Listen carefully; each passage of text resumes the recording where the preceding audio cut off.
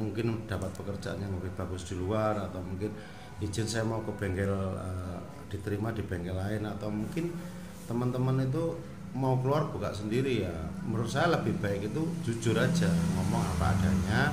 Ketika teman-teman cerita apa adanya kan nggak mungkin tau kita tuh juga, saya dulu juga mekanik kok. Terus Assalamualaikum warahmatullahi wabarakatuh, ketemu lagi di Santo SBM Channel.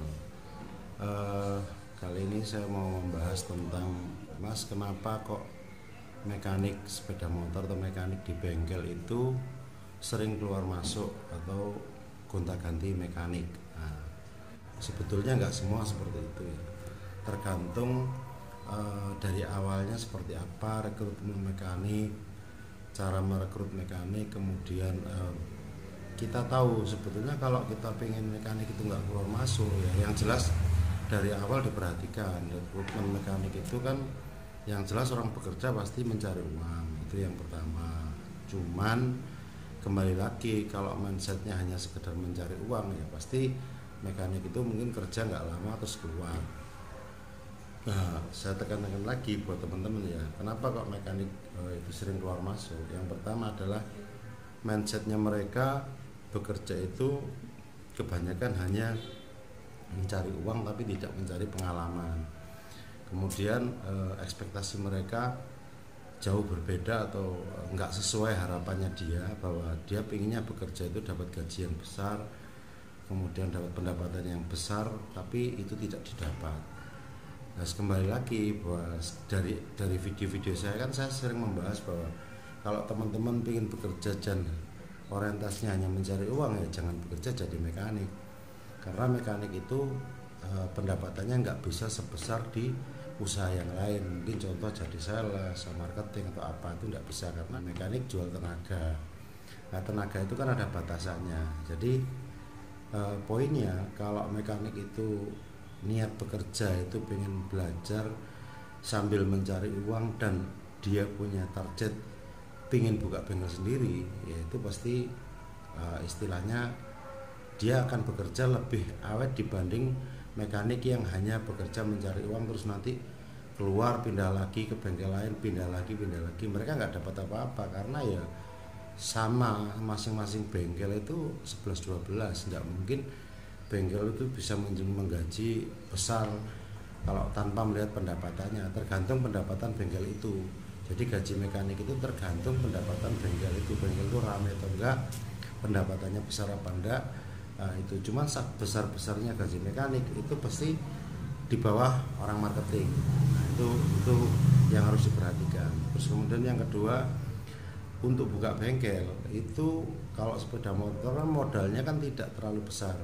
Jadi mereka istilahnya yang punya keinginan belajar terus kemudian ingin buka bengkel sendiri, ya ada yang istilahnya dia bertahan memperdalam ilmunya mungkin sampai di atas 5 tahun atau mungkin 8 tahun baru buka.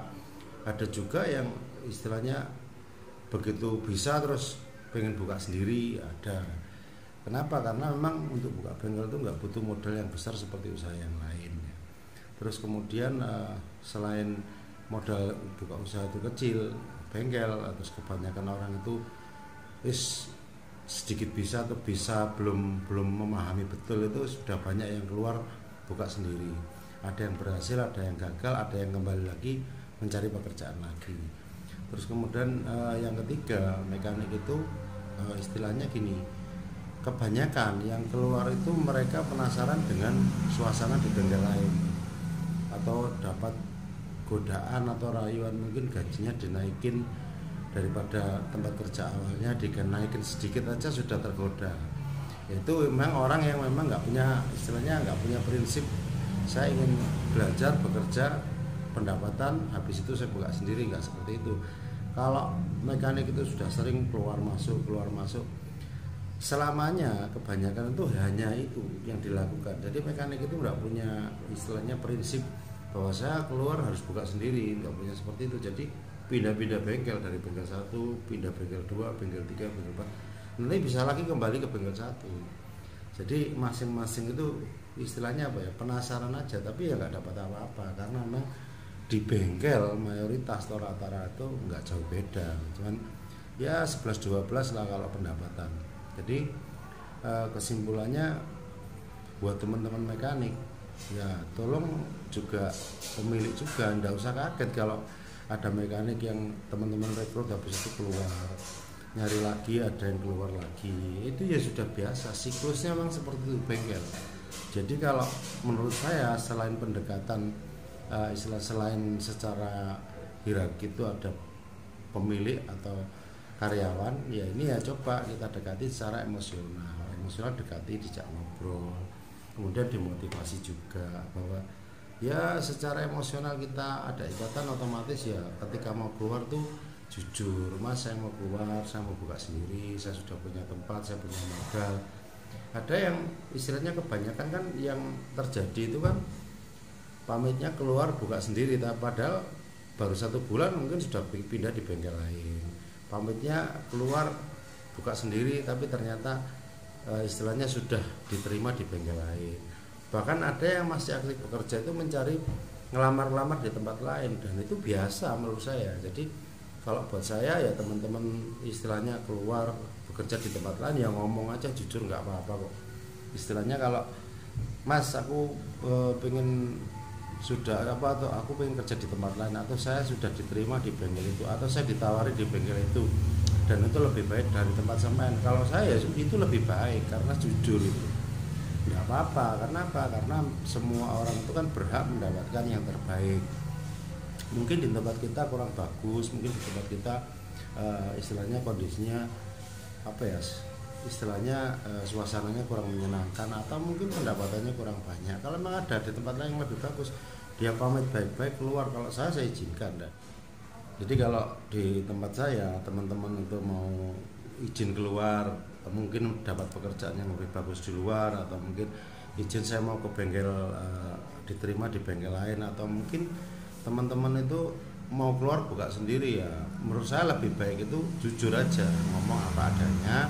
Ketika teman-teman cerita apa adanya kan nggak mungkin tau kita tuh juga, saya dulu juga mekanik kok, terus kemudian ketika resign terus saya mengajukan mengajukan resign, saya memberi waktu 1 bulan, dikasih waktu 1 bulan untuk misalnya mengkader, kemudian saya keluar terus saya buka sendiri. Jadi saya juga dari mekanik, ketika ada teman-teman mekanik yang bekerja terus istilahnya ingin maju, ingin merubah nasibnya, mencari tantangan baru, atau mungkin mendapat tawaran yang lebih bagus di luar, ya nggak apa-apa, silahkan.